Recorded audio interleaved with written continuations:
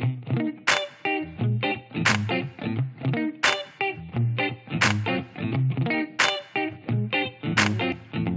sommes engagés publics. Bienvenue aux Engagés publics. Cette semaine, aux Engagés publics, c'est Denis Martel qui est à l'animation et je suis en compagnie de Clément Laberge et nous sommes en compagnie de Benoît Tardy. Spécial Québec. C'est un spécial Québec, effectivement. Et cette semaine, quand on dit Québec, c'est vraiment Québec, le cœur du pays, fier fief de la francophonie. Fief de la francophonie. Cette semaine, la situation est critique dans plusieurs CHSLD au Québec et Obama et Sanders appuient Biden.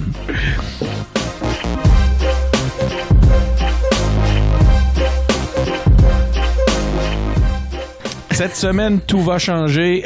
Les changements sont extrêmement rapides. Quand on a l'impression qu'on va s'en sortir, de nouvelles informations viennent changer complètement le portrait. On parle, entre autres, de patients guéris qui pourraient possiblement contracter une nouvelle fois la COVID-19. On n'a pas de retour à la normale sur le portrait avant au moins un an. Puis ça, c'est Trudeau qui nous prévient, parce que quand on lit d'autres nouvelles, on voit que probablement, tel que des chercheurs d'Harvard, entre autres, nous disent, la distanciation sociale devrait continuer jusqu'en 2022. Donc, on parle aussi des aéroports canadiens. Pas de retour à la normale avant 2-3 ans. Dans les universités, on commence déjà à parler d'annulation des classes en personne jusqu'en 2021. Clément, est-ce que tout ça, qu'est-ce qu'on peut prendre, qu'est-ce qu'on peut laisser dans tout ça? Est-ce qu'on doit se préparer psychologiquement à vivre définitivement différemment?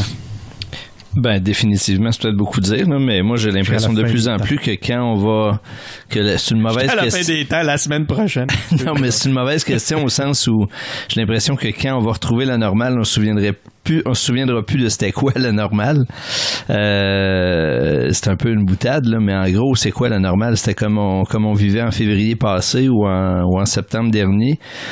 Tu sais, pour moi, là, c'est assez évident quand on lit un peu les choses que tant et aussi longtemps qu'on n'aura pas de vaccin trouvé, produit, distribué, il n'y aura pas de retour à la normale candide comme il n'y a pas si longtemps où on se préoccupait même pas de l'existence des virus. Là, on est dans quelque chose d'anormal pour des mois, si ce n'est des années. Là.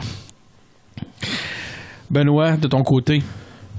Ben, moi, je pense qu'il faut complètement oublier ça. Le retour à la normale, ça sera plus jamais normal. On va tout le temps l'avoir, le nuage de « va-tu avoir un autre virus qui va nous attaquer?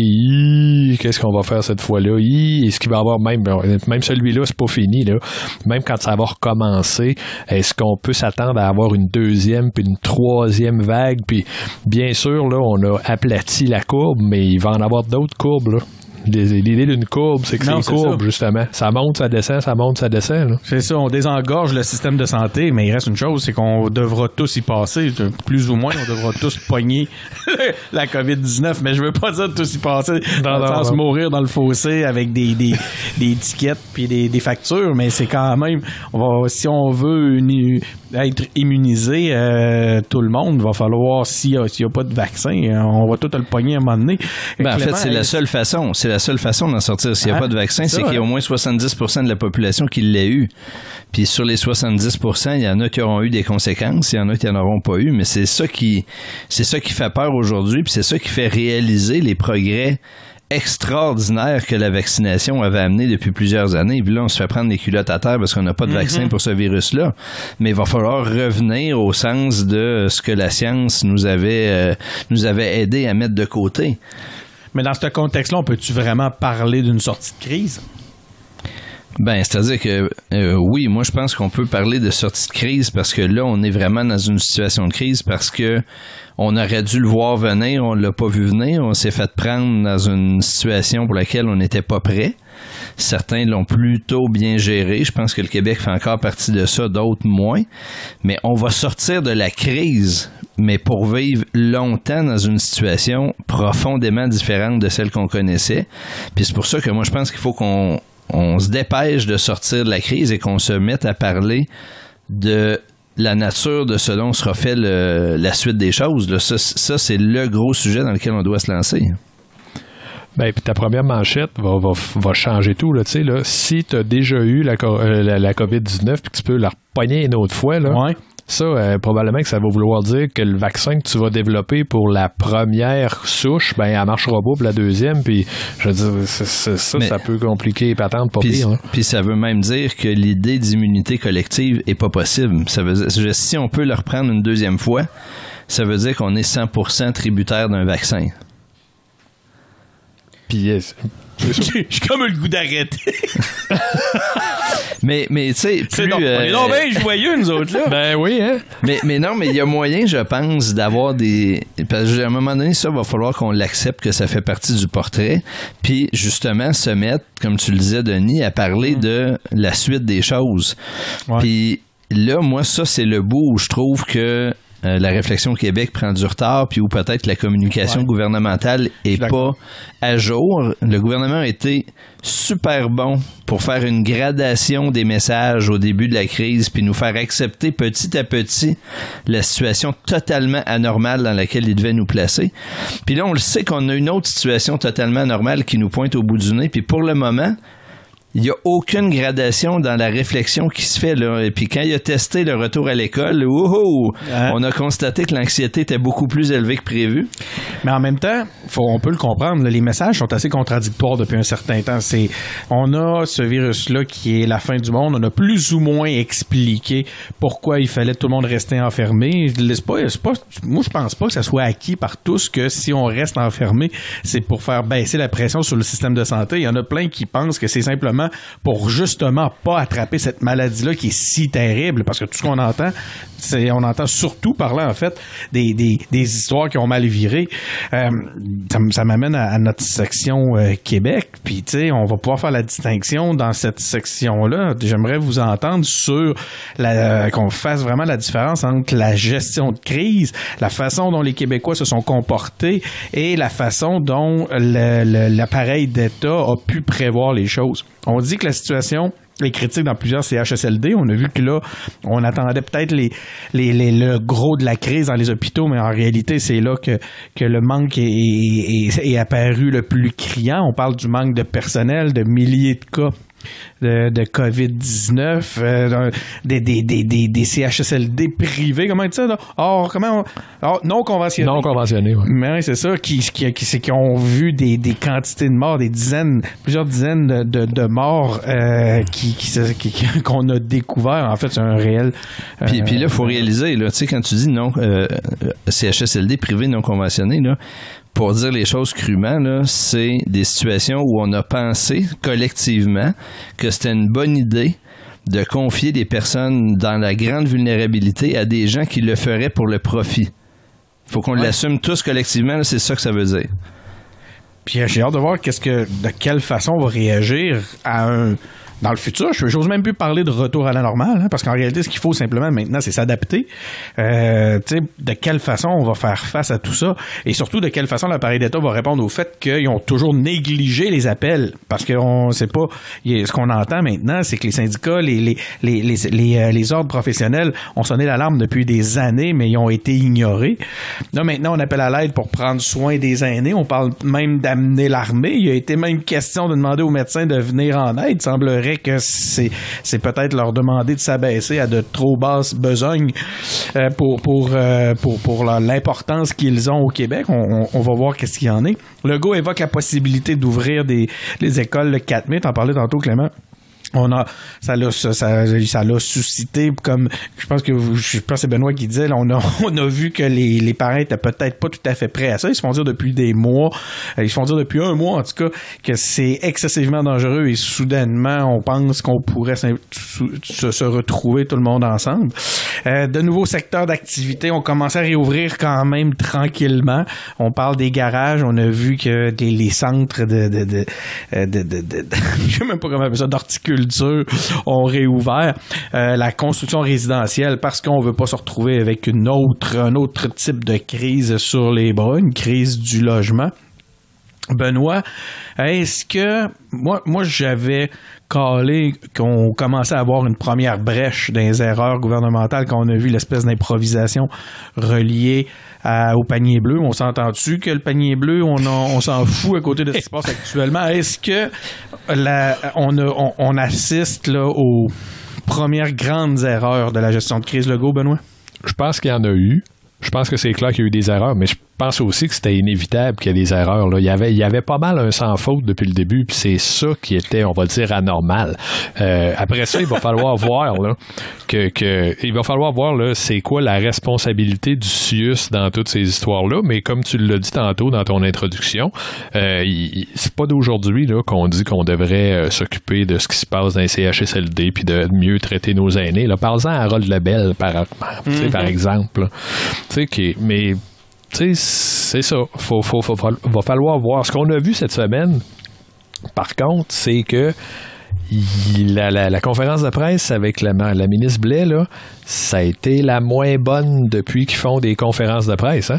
Le maillon faible cette semaine, ça a été la ministre Blais. Là. Je suis désolé. Bon point, mon terme, en fait, c'est ce que j'allais dire. Ça se peut-tu qu'on aille trouver un maillon faible dans l'histoire? Moi, je l'ai vu en entrevue s'impatienter, même au point de pitié tantôt. Puis j'aimerais vraiment que vous gardiez cette façon-là d'analyser la suite, c'est de faire la distinction entre justement le travail de communication puis le travail effectif, le travail exécutif de soins, de santé publique. On a vu qu'il y avait eu des bonnes choses qui avaient été faites au point de vue des coms, mais au point de vue de ce qui compte, Clément, on en est où? Mais tu sais, pour moi, je suis assez d'accord avec Benoît sur le fait que oui, il y a des petites erreurs qui sont faites par le gouvernement là en termes de communication, puis probablement de choix aussi, mais dans l'ensemble, je pense que les plus grands problèmes là qui nous sautent au visage, là, c'est des problèmes dont on est collectivement responsable parce qu'on avait choisi de pas les voir. Absolument d'accord. Les CHSLD et les centres pour aînés, c'est pas la faute à Legault si on est dans une situation comme celle-là. Puis c'est pas la faute des libéraux avant, puis c'est notre faute à tout le monde parce que ça fait des années qu'on en parle. Harold Lebel le dit, il présentait encore en février des projets de loi là-dessus auxquels on accorde tellement peu d'importance.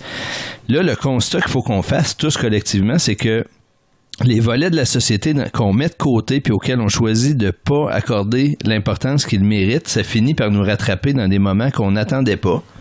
Là, on a les CHSLD. Même si c'est moins dramatique, je soulèverais le cas de la place du numérique dans les écoles primaires et secondaires.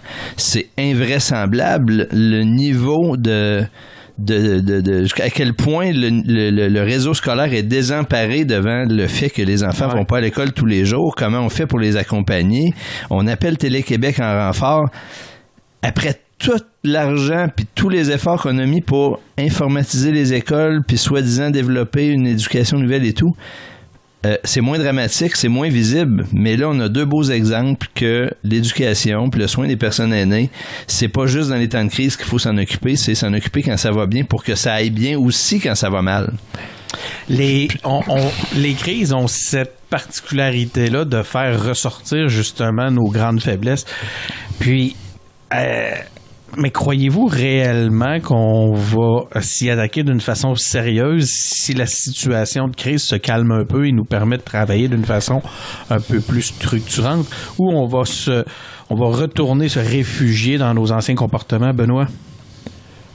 Écoute, c'est toi qui disais que tu voulais arrêter. T'es pas super joyeux, toi non plus. Non, mais écoute, j'espère qu'on va au moins réfléchir un peu. Est-ce qu'on va trouver tout d'un coup là, que là, on va avoir les arcs-en-ciel, puis là, tout va bien aller, puis il n'y aura jamais plus de problème, puis il n'y aura jamais plus de destination, puis non, faut vivre dans la réalité. Mais si on pouvait juste se questionner plus, là, c'est sûr qu'on se concentre beaucoup sur le traitement des aînés, mais il n'y a pas rien que le traitement des aînés. On a un peu oublié de s'occuper du monde. Tu sais, la situation d'un CHSLD, là, c'est le salaire du gars qui fait le ménage. Faut tenir compte de ça aussi. Puis dans les hôpitaux, là, tu sais, quand il y a eu, on en avait parlé un peu quand il y a eu la C difficile, Ben, Colin, le C difficile, la personne la plus importante pour enrayer une propagation du C difficile dans un hôpital, c'est le gars qui fait le ménage. Ah ouais. C'est pas le médecin spécialiste à 400 000. J'avais déjà raconté que dans le cadre d'un projet d'analyse pour un hôpital en expérience client, puis justement une analyse de la façon dont tout ça fonctionne, les résultats sur lesquels on était tombé avec les collègues, c'était que la personne la plus importante était celle qui gagnait le moins cher de tout l'hôpital. C'est sûr que dans les exécutifs, ça grinçait des dents un peu. Clément, en parlant de gens qui gagnent très peu cher mais qui sont très importants, ou l'inverse, aurais-tu envie de nous parler de Dr Franqueur? Monsieur. Ben, tu sais... la vedette du jour. La vedette du jour, je pense qu'elle a commis... Raconte-nous un peu ce qui s'est passé là, pour mettre les auditeurs en pour faire une... On n'a pas tout le monde le nez rivé sur notre Twitter à longueur de journée comme toi. Pour faire une histoire simple, puis je réponds pas à ta provocation. Pour faire une histoire simple, ça fait 3 jours que Legault demandait gentiment plus d'engagement des médecins pour aller prêter main forte dans les CHSLD. Et puis ce matin, dans une entrevue à Arcan, Dr Franqueur, présidente de l'Association des médecins spécialistes, a un peu répondu en boutade dans une entrevue de 20 minutes avec Arcan qu'on n'était quand même pas pour demander aux médecins spécialistes d'aller laver le plancher dans les CHSLD. Puis on comprend que ça a mis le feu aux poudres au cabinet du premier ministre, puis que François Legault a décidé de fronter Dr Franqueur à son point de presse de 13h. Puis là, ben, à partir de là, Dr Franqueur a répondu par un tweet, puis après ça, Legault a répondu, tout ça en point de presse, hein, c'est assez fascinant. Puis tout ça pour dire que furieuse, Dr Franqueur a fait un tweet malheureux disant d'accord, et Dr Arruda viendra-t-il avec nous, ou un truc comme ça. Ce qui a provoqué une nouvelle réaction d'indignation d'un peu tout le monde en disant, écoutez, s'il y en a un qui fait sa part, c'est bien lui. Elle avait mal choisi sa cible, on pourrait dire ça comme ça. Ouais. Mais cela dit, est-ce que ce dont tout ça témoigne, c'est une déconnexion absolument consternante des médecins par rapport à la situation puis à la réalité québécoise de façon générale. Ils étaient en vacances, coudonc, eux autres? Puis comment elle a pu être tellement déconnectée pour ne pas réaliser l'ampleur de l'indignation que son comportement depuis ce matin provoquerait quand tu gagnes, les médecins spécialistes, plusieurs centaines de milliers de dollars par année, que là, il y a des vieux qui meurent dans les CHSLD, puis qu'on demande de prêter main forte, puis qu'on se fait tirer l'oreille. C'est indécent, il n'y a pas d'autre mot pour le dire. Et ben là, plutôt qu'une belle occasion de redorer leur image de médecins qui ne pensent qu'à l'argent, ils ont plutôt creusé encore le fossé qui les sépare de l'acceptabilité sociale de leurs conditions de travail.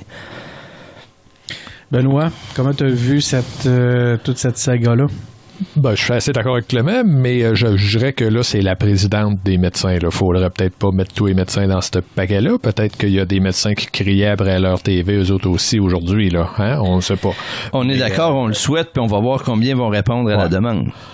Mais effectivement que ça n'a rien fait pour aider l'image un peu déjà ternie des médecins spécialistes. Quand c'est rendu que le docteur Barrette n'est pas de ton bord, là, c'est probablement parce que tu fais pas tout comme il faut. En parlant de docteur Barrette qui est assez surprenant ces temps-ci, hein? Et qui a décidé de répondre à la demande de Legault et de se porter disponible pour aller dans un CHSLD. Là, je suis pas naïf. Il y a aussi son agenda politique derrière tout ça. Il n'y a aucun doute là-dessus. Bien sûr. Puis c'est pas un ami de Dr Franqueur non plus. Néanmoins, donnons-lui que il est là. Il est là. On commencera pas, je pense, non plus à essayer de faire des procès d'intention derrière chacun des agissements. Cela dit, ça m'amène vers mon sujet sur l'opposition. On a commencé à en parler entre nous la semaine passée où on se disait qu'il commençait peut-être à être temps que les oppositions reviennent et commencent à reprennent un peu comment on dit, reviennent puncher, tu sais. Puis commence à travailler, à refaire fonctionner la démocratie. Le Parti libéral réclame la relance des travaux parlementaires. Il demande plus de transparence sur l'état des lieux dans les CHSLD. On voit au PQ qu'on s'étonne de voir que tout ça, justement, que on se demande si le PLQ est l'opposition la mieux placée pour venir répondre dans un contexte où c'est eux qui étaient là et que, entre autres, le CHSLD Héron était, semble, très, très près de donateurs du PLQ. Paul Saint-Pierre Plamondon qui s'indigne du traitement des aînés. Nantel qui fait beaucoup de vidéos, très actif sur les médias sociaux, dénonce le racisme face aux Asiatiques. QS revient à la charge avec Pharma Québec. Les syndicats qui accuse Québec de profiter de la COVID-19. Je suis tanné avec ma COVID-22. C'est parce qu'on va se rendre jusqu'en 22, les amis, puis il va en avoir une nouvelle à chaque année. Fait que préparez-vous. Ils profitent ils accusent le Québec de profiter de la COVID-19 pour revenir à l'austérité. Clément, c'est ça finalement, le retour à la normale? Moi, je trouve que les oppositions ont raison de demander qu'on relance les travaux parlementaires.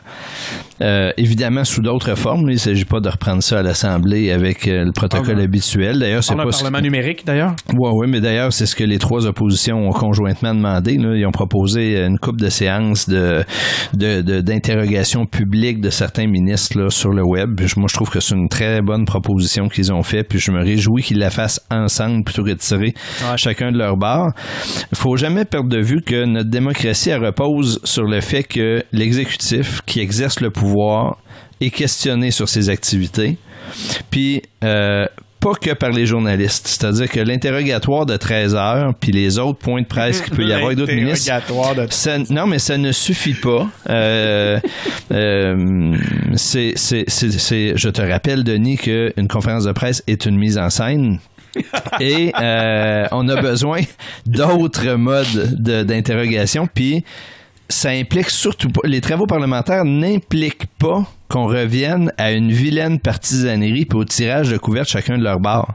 Tu penses qu'on est capable de faire ça? Les questions de l'opposition, elles peuvent être constructives, puis si elles sont constructives, elles ne sont pas une perte de temps pour le gouvernement, comme là, c'est une erreur, puis ça fait partie des erreurs, sous-entendu François Legault. Mais là, Clément, dans l'absence de l'opposition, en ayant un interrogatoire unique avec l'élite du journalisme, tu penses pas que c'est suffisant pour défendre la démocratie? Es-tu en train de dire que ça serait que les journalistes de l'interrogatoire de 13 heures ne font pas leur travail? Non, je dis que les journalistes de 13 heures, les journalistes de la colline parlementaire et ceux qui questionnent sur d'autres tribunes font bien leur travail, mais je pense pas que malgré toute leur bonne volonté, les journalistes de la tribune représentent adéquatement l'ensemble de la population. Chaque groupe a ses caractéristiques. Je pense que les députés peuvent amener un point de vue que les journalistes ne peuvent pas amener, puis c'est en complétant tout ça qu'on va y arriver. On peut pas vivre longtemps en démocratie avec un gouvernement qui n'est pas questionné. Donc là, trouvons des façons adéquates de le faire. Puis Benoît avait raison de dire tantôt, tout le monde adapte ses façons de faire puis fait des jobs aujourd'hui qu'il ferait pas normalement. Ça doit être la même chose pour nos élus aussi. Tu veux dire qu'ils devraient aller laver les planchers? Ben écoute, s'il y en a qui ont des formations adéquates pour aller aujourd'hui dans des milieux où la COVID est très présente, oui, je les invite à le faire certainement. Mais je fais des blagues, puis je m'amusais beaucoup à t'écouter dans ta réponse sur les journalistes, parce que je fais exprès pour essayer de te placer au milieu du feu, mais j'ai pensé cette semaine justement à Sol Zanetti qui a une formation, qui a même travaillé comme préposé aux bénéficiaires. Je me demandais comment il voit la chose, puis je suis certain qu'il a eu envie lui-même de reprendre du service à ce point de vue-là. Benoît, comment tu vois tu vois la chose? Ben, pour la reprise des travaux, moi, je pense que c'est essentiel, mais je souhaite, j'espère, j'implore les oppositions de changer, justement, parce que là, le retour à la normale, ce qui est à dire, vous avez fait de la merde pendant, qu'est-ce que vous allez faire? Puis là, le gouvernement qui répond, ah, mais vous étiez là avant nous, tu sais, là. Ouais. Si c'est pour retourner vers ça, là, ben, moi, j'aime mieux les journalistes qui posent des questions à 13 heures. Sauf que, je suis d'accord avec Clément qu'il y aurait moyen de bonifier ça, de rendre ça vraiment constructif pour tout le monde.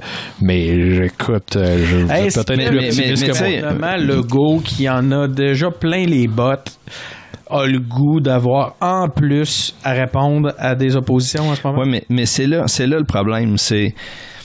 Puis là, c'est encore peut-être comme dans les CHSLD, le résultat d'une négligence qu'on a eue à prendre soin de notre démocratie pendant des années. Là. Ouais. Il n'y a rien qui dit qu'il faut que ça soit du tirage de couvertes puis du picossage, les questions de l'opposition. Puis c'est pas vrai que le ministre Fitzgibbon, par exemple, qui est en train d'orchestrer la reprise au plan économique, a pas 1 heure par semaine pour être questionné sur les choix qu'il est en train de faire pour la relance. La démocratie, c'est pas d'y laisser faire ses choix en questionnant les lobbies autour, puis en questionnant les amis, puis etc., puis de faire les choix, les annoncer, puis de prendre des questions après sur les choix qu'il a faits. La démocratie, elle suppose qu'il y ait des questions qui soient posées en cours de route, puis qu'on ait l'occasion, par ces questions-là, de le faire réfléchir aux options qui se présentent, aux points de vue auxquels il aurait pu pas penser, pour influencer la prise de décision, pas pour la justifier après. On s'en sac de la justifier après. Vous souvenez-vous de la cassette de démonstration de hockey de Kovalev, à quel point il était bon tout seul sur la glace? Ben oui, c'est ça. C'est exactement ça. Ça se pourrait-tu que le gouvernement Legault soit tellement bon parce qu'il est tout seul sur la glace? Legault, Kovalev, même combat? Benoît, parce que vous exagérez un peu. Là. Je crois qu'il n'était pas trop mauvais avant. Là. Un peu, là. Tu parles de Legault ou Kovalev? Les deux. Oui, mais Kovalev, il avait-tu besoin de répondre à tous les journalistes à 13h?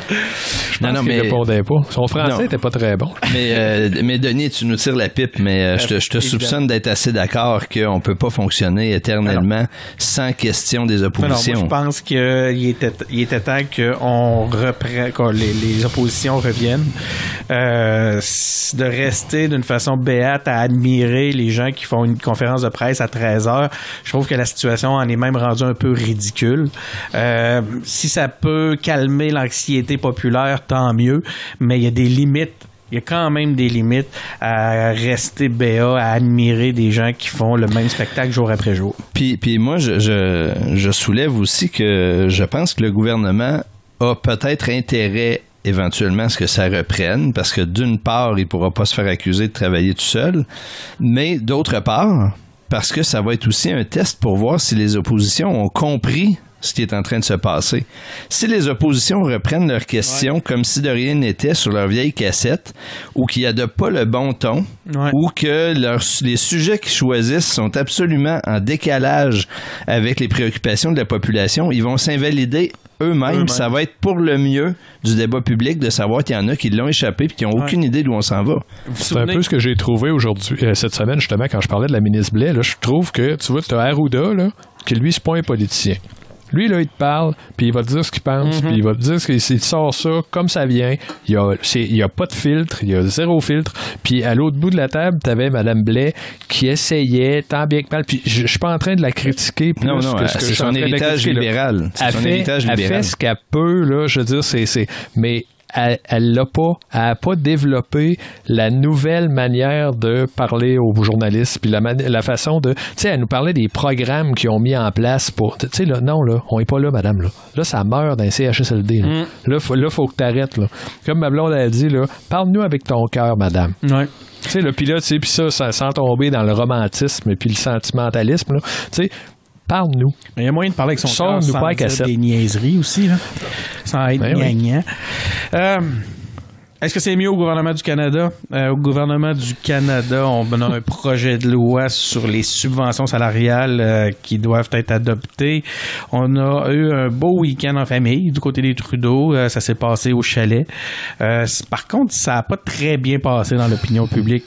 Scheer s'oppose à l'idée d'un parlement virtuel. Ça j'ai pas été lire là-dessus. Puis écoutez, je serais vraiment curieux de comprendre pourquoi. En dehors du fait que c'est pas un bon temps pour les conservateurs, comme Benoît, tu me l'as fait remarquer. Je sais pas si c'était dans au micro tantôt ou avant.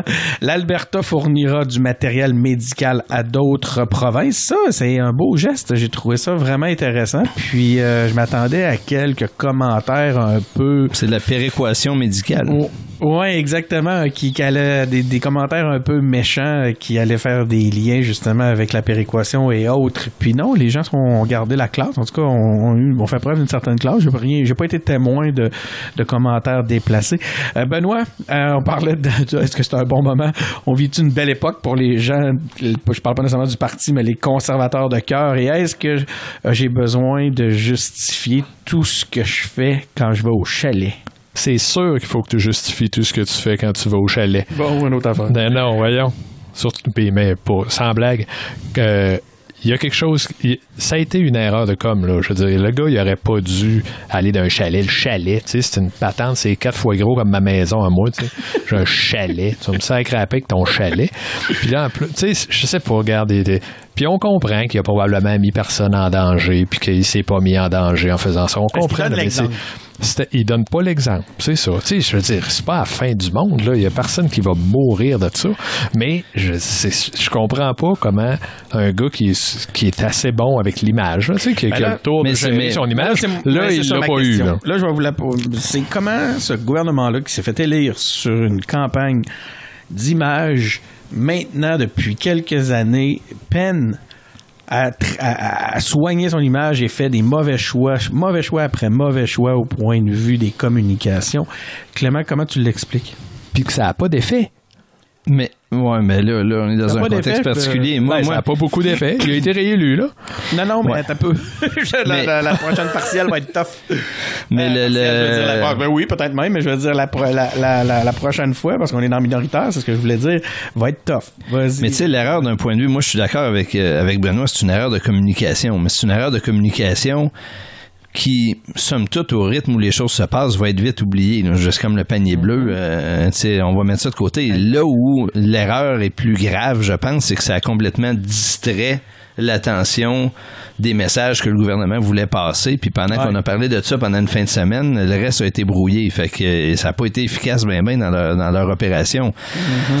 Quoi qu'il en soit, même s'il faut que les dirigeants soient exemplaires, là, je dirais, on va pas faire une tempête dans un verre d'eau avec ça. Il y a bien d'autres sujets qui requièrent bien plus d'attention des journalistes puis de notre attention à nous autres, là.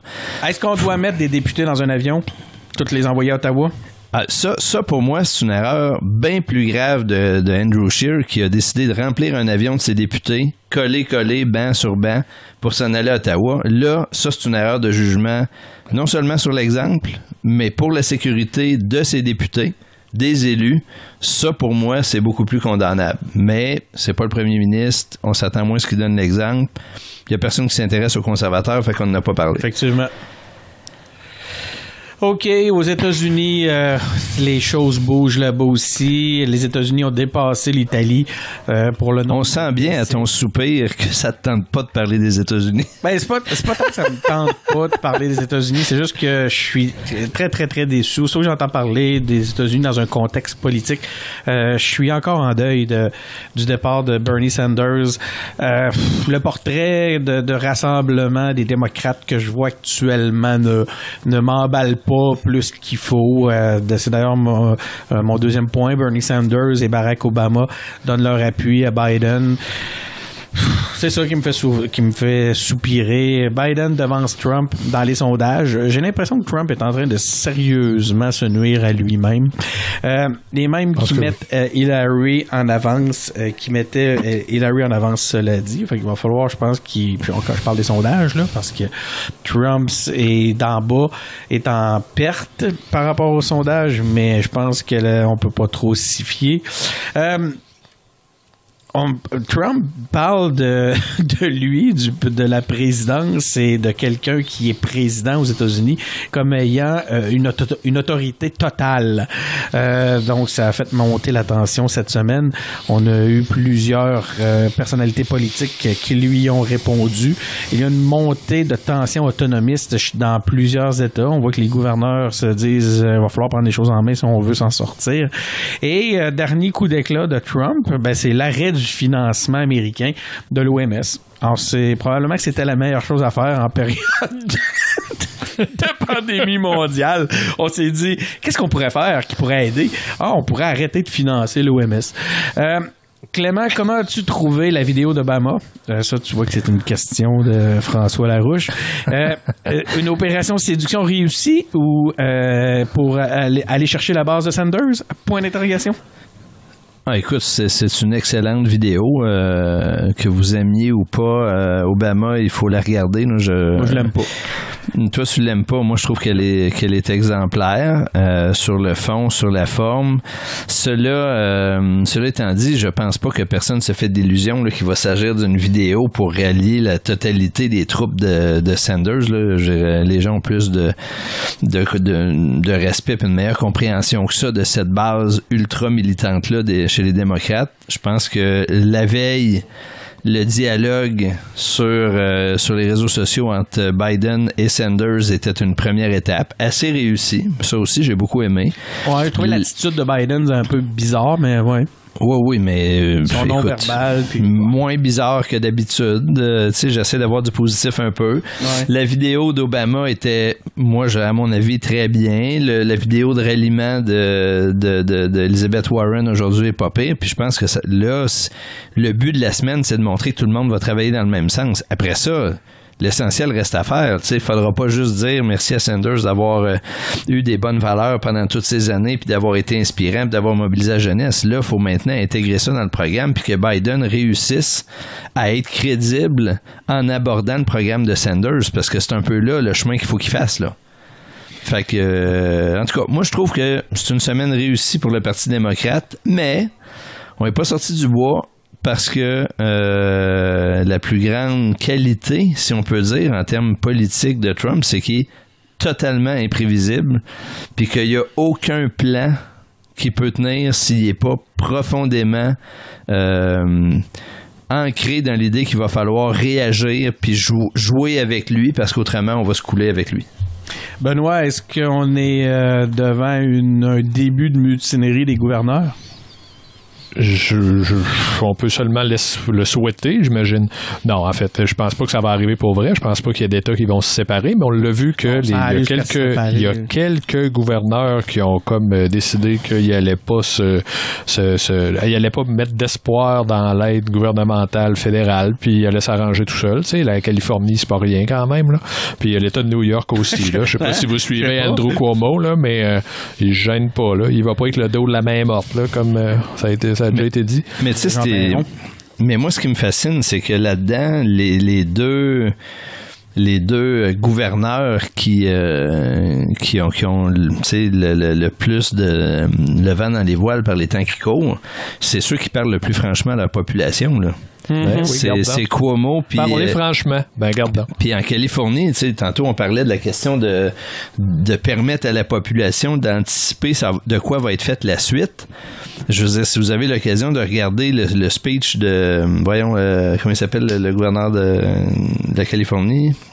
Gavin Newsom. Ouais, bon, donc de Gavin Newsom, qui explique à la population ça va être quoi le normal quand on va revenir à la normale, puis que ça va vouloir dire aller au restaurant puis être servi par un serveur qui va avoir un masque puis qui va porter des gants de latex, puis que les menus vont être des menus jetables, puis qu'il va y avoir 2 fois moins de tables dans le restaurant. Des changements fondamentaux. Ben là, tu sais, il introduit dans l'esprit des gens là, que le retour à la normale sera pas normal, puis il leur fait faire des pas.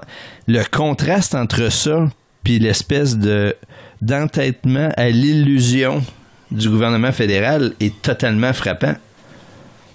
Qu'est-ce que vous pensez des discours qu'on entend de plus en plus? On en lit, on en voit des vidéos amateurs sur Facebook de gens qui s'en prennent au gouvernement, puis au pluriel, parce qu'ils leur en veulent justement d'appliquer toutes ces mesures-là et de porter atteinte à l'économie et à leur plaisir quotidien. Benoît? Ben, moi, je comprends plus, là, comment ça que l'économie va passer avant le monde, là. Je pense que ça, c'est un problème sérieux, là. Je pense que ça te qualifie comme gauchiste. Ouais, je le sais. C'est pas grave. Ça fait de toi un communiste, ça? Ça doit être ça, hein? Ouais. Mais moi, Denis, leur dire à ceux qui nous gratifient de leurs opinions à ce point de vue-là. Ben, c'est pas écoute, ils ont le droit à leur opinion. Je veux pas dire, tu sais, moi, je suis certainement capable de donner la mienne, fait que j'empêcherai pas les autres de donner les leurs. Mais il y a quand même quelque chose là que pourquoi l'économie, elle peut pas s'adapter à la nouvelle situation? Moi, c'est ça mon point. Oui, mais c'est un faux dilemme. Ouais. C'est un faux dilemme. Moi, j'ai trouvé très intéressant différentes vidéos qui montrent que c'est pas vrai qu'il y a une opposition entre les deux. Tu peux pas négliger la santé publique sous prétexte de sauver l'économie. C'est une illusion parce que l'économie peut pas fonctionner si la santé publique va pas avant. C'est pas un ou l'autre, c'est que l'économie dépend de la santé publique. Fait que ben oui, ça va être long, mais ça va être long parce que les conditions nécessaires au bon fonctionnement de l'économie sont pas réunies. C'était notre épisode pour cette semaine, mesdames et messieurs. C'est dans la joie et l'allégresse qu'on va vous laisser. On va vous inviter à vous abonner à notre balado sur Apple Podcast, sur Google Podcast, sur SoundCloud, sur Spotify. Vous pouvez nous suivre sur notre page Facebook. Vous pouvez nous suivre sur Twitter. Vous pouvez nous suivre sur YouTube. Vous pouvez nous suivre sur Instagram. Engagez-vous en visitant notre site web. Engagez-vous. Avec un s.com. Clément m'interrompt pour dire engagez-vous. Est-ce que tu as un site web à nous proposer? Non, c'est pas ça. C'est que engagez-vous par les temps qui courent. C'est pas facile quand on n'est pas né chez nous. Ouais. Mais moi, je pense que si toutes les 5 fois qu'on a le goût de partager une opinion sur les réseaux sociaux, sur ce qui se passe, on prenait 5 minutes pour réfléchir à une proposition à faire pour que les choses aillent mieux, ça serait une belle façon de s'engager. C'est ce que je fais depuis peut-être 2 semaines. Non. À chaque fois que je viens pour écrire, puis ça m'est arrivé souvent d'effacer des commentaires que j'avais commencé à écrire, je me disais, est-ce que mon commentaire va réellement apporter quelque chose à cette discussion? Puis là, c'est pour ça que j'ai l'impression que t'es moins présent. Ouais, mais toi, tu peux bien parler. T'existes plus, t'es plus sur Facebook.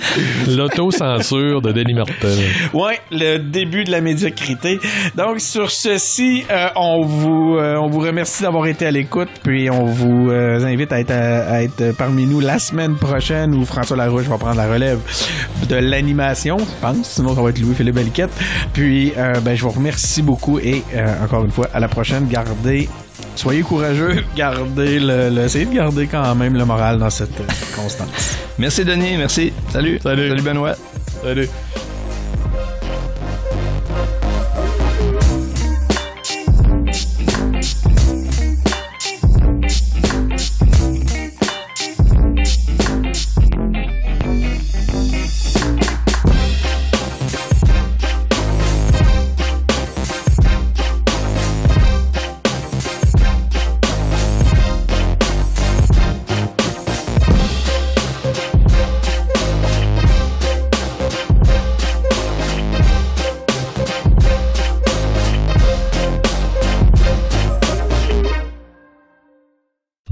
Bon, ben voilà. Écoute, t'es pressé d'aller souper, toi, Chris?